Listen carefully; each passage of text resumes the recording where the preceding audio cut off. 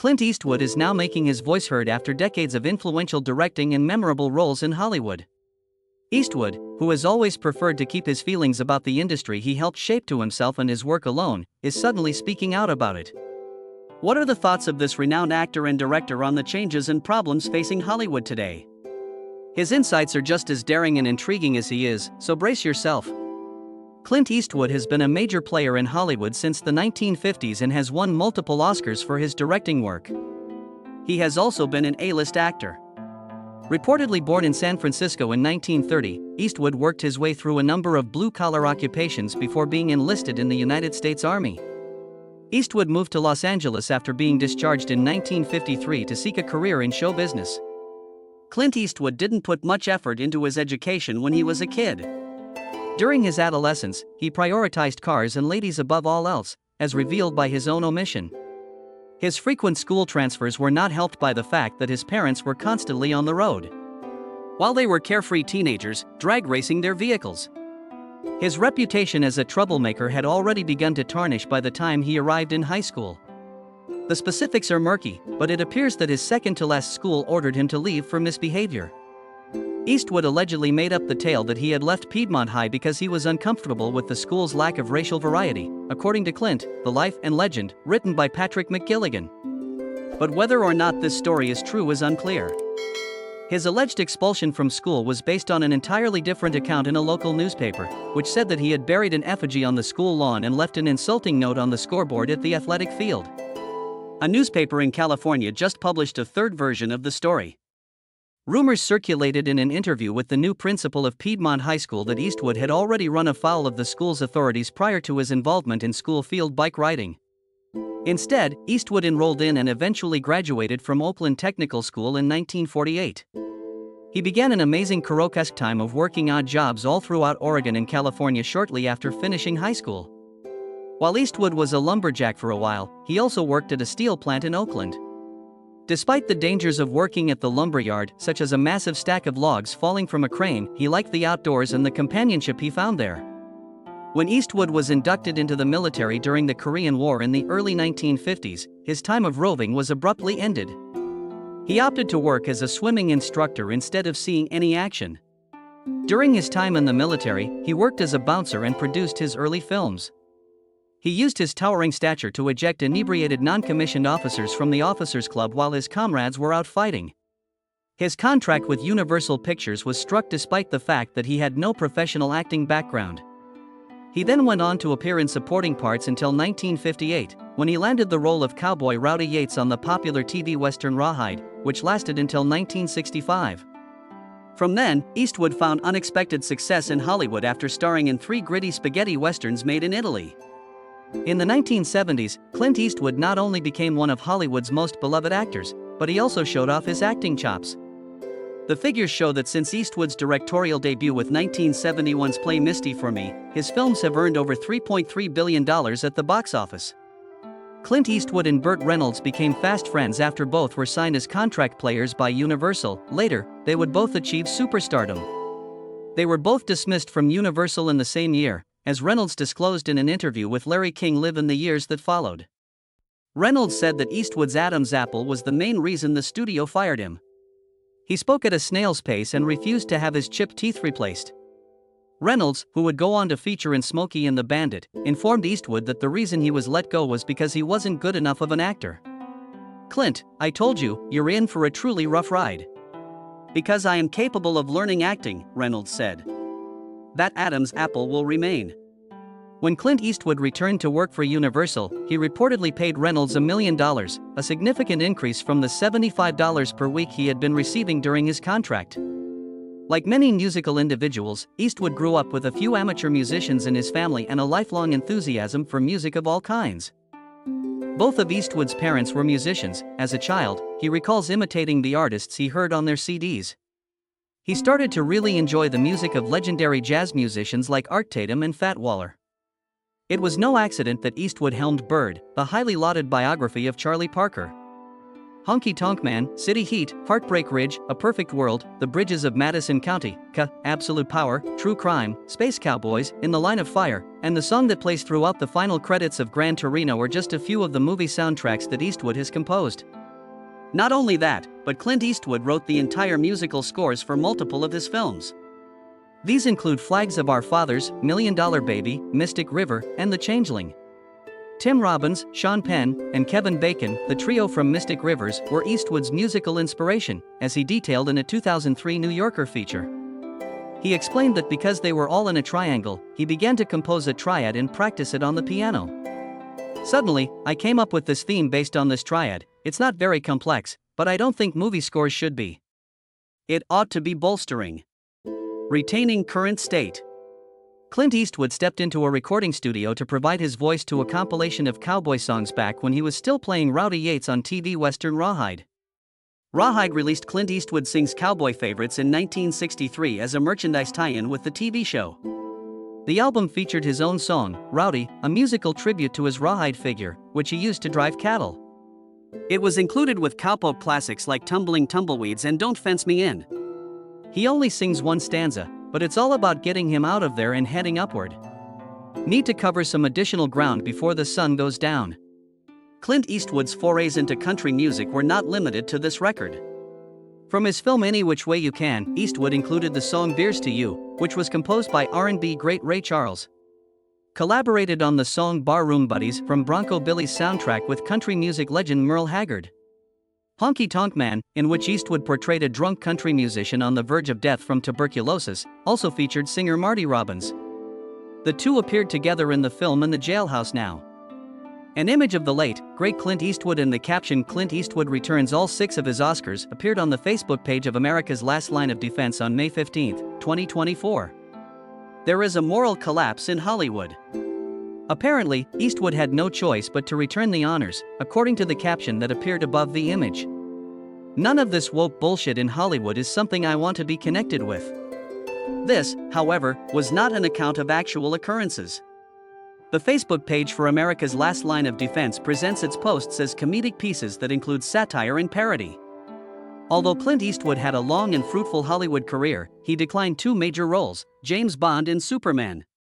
Eastwood told the Los Angeles Times that he was given a substantial sum of money to play the role of Izzo 7 in On Her Majesty's Secret Service, which was George Lazenby's only appearance as Bond. This occurred following Sean Connery's departure, according to Eastwood. They would be thrilled to have you, my lawyer informed Cubby Broccoli. However, I felt that was someone else's responsibility. Sean has made his agreement. To be doing it made me feel wrong. Regarding Superman, Clint Eastwood, who was in his late 40s when Christopher Reeve's 1978 film premiered, thought he was too elderly to play the part. Although playing a superhero in tights and a cape wasn't Eastwood's style, he did say that this was the moment when they initially considered creating it. Whoa, Superman. No way, I'm not interested in it. There isn't a single thing wrong with it. I am not the intended recipient. In 2014, Clint Eastwood showed his own heroism, even though he declined the opportunity to play a superhero. I owe my life to Clint. Carmel Pinecone was informed by Steve John, CEO of the AT&T Pebble Beach National Pro-Am. John was mingling with VIPs and snacking on hors d'oeuvres at an event preceding the golf competition when, as he said, a piece of cheese got stuck in his throat. His throat tightened. John revealed that Clint had run up behind him and knew just what to do. Eastwood had given him the Heimlich technique, which had dislodged the cheese and saved John's life.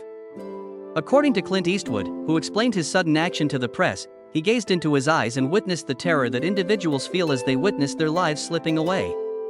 Poorly done. If Eastwood is to be believed, he delivered 3 solid shocks to John. So that was the end of it. I proceeded to force him to consume a large glass of water infused with a plethora of freshly squeezed lemons. Tom Hanks played the role of Chesley, the airline pilot whose engines failed after passing over a flock of birds in the 2016 film Sully, directed by Clint Eastwood. Hanks played the role of Sully, who made an emergency landing in the Hudson River.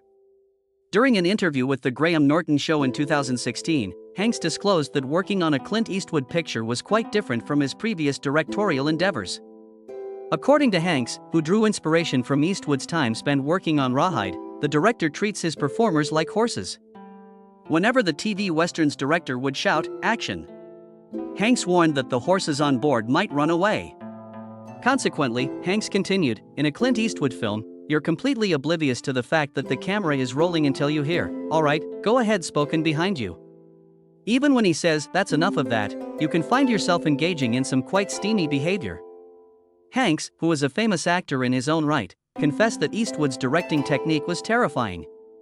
His tendency to overreact was another hallmark of his autocratic leadership style.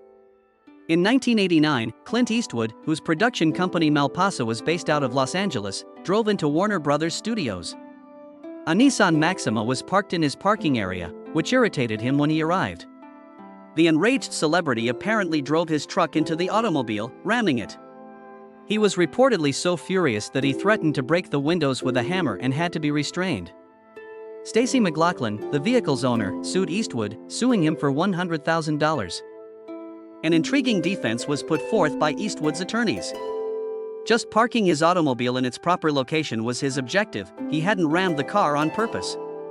Was it his responsibility that an unlicensed vehicle occupied his parking space?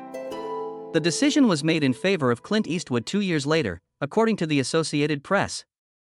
While McLachlan was successful in having her $960 car repair claim denied, her $100,000 punitive damages claim was upheld. According to McLachlan's attorney Gary Silverman of the verdict, the court paradoxically acknowledged that Eastwood's actions were incorrect and unlawful, but he did not find them severe enough to warrant punitive damages. Dr. Clint Eastwood is his official title in the academic community, yet his friends may refer to him as Clint. The actor has been bestowed with not one, but 3 honorary degrees, which explains the situation. The University of the Pacific bestowed an honorary Doctor of Fine Arts degree upon him in 2006. Not surprisingly, Eastwood had served on the board of the Brubeck Institute from its establishment in 2000 at the institution. Eastwood received the Doctor of Humane Letters degree in 2007 from the School of Cinematic Arts at the University of Southern California. According to Elizabeth M. Daly, Dean of USC's School of Cinematic Arts, Clint Eastwood is a global icon of film and television who inspires audiences. He is a model of the kind of hard effort and imagination that we hope to inculcate in our students through his work in both the film industry and television. Eastwood also received the first ever honorary alumni award from the school during the commencement ceremony. Due to his history of public feuds, Clint Eastwood has a reputation for not getting along with people. Among the most contentious has been the one involving Michael Moore, a documentary filmmaker. At an awards event, Eastwood threatened to murder Moore, the documentary filmmaker, leading to a confrontation between the two. In his address to the packed gathering, which included Moore himself, Eastwood alluded to Moore's controversial film Bowling for Columbine, which deals with gun regulation. In front of the group, he threatened to murder Moore if the latter ever showed up at his residence to film him. After threatening to shoot you, Eastwood added, "I'm not kidding." After Moore tweeted that snipers were cowards, rumors regarding the rivalry persisted.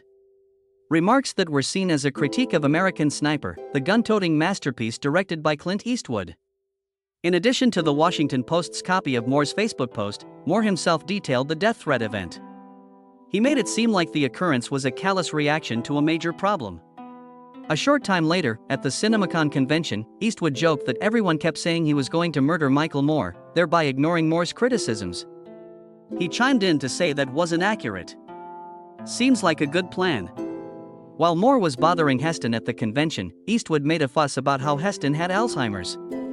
In spite of the many threats he had seen over his career, Moore refused to see the humor in the situation. When Clint Eastwood nearly died in an airplane disaster over 60 years ago, he felt intense panic. While serving in the U.S. Army, Eastwood also ended up saving his own life.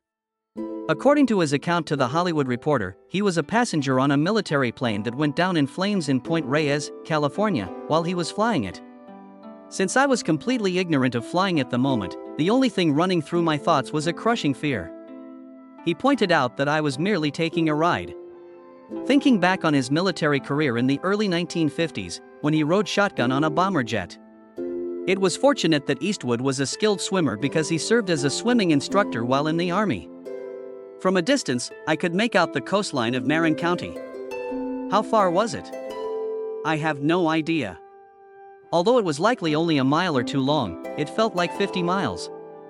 While swimming, Eastwood continued, telling THR that the day was beginning to change into darkness. We arrived at there well into the fall of darkness. The treacherous swim to shore was a complete mystery to Clint Eastwood, who was unaware that they were passing through a shark breeding ground. I would have died if I had known that at the time, according to Eastwood, who now says he is relieved I didn't. Clint Eastwood has a large family thanks to his multiple wives. Most of his 8 children have made him famously quiet, those of whom came into this world under questionable circumstances. On the other hand, Scott Eastwood, the youngest son of the famous actor, has spoken frankly about his father, exposing the elderly celebrity as a strict disciplinarian. Although Scott isn't a spoiled child celebrity, he has had a respectable adult career in Hollywood, much like his famous father. Scott informed reporters that his father instilled in him a strong work ethic when he was growing up. When he approached his father for money, he was told to earn it by working nights at bars while going to auditions. His father was really strict with him at times. When Scott moved home with his dad while he was a high school student, something happened that, depending on your perspective, might be described as kid-s*** or tough love. Clint once punched his son Scott in the face for leaving his younger sister at a party. He was furious with his actions. The 14-year-old's father slammed Scott against a wall, wrung his neck, and punched him after discovering that he had left the boy alone. Scott, however, has shown zero emotion in response to the tragedy and continues to speak highly of his father.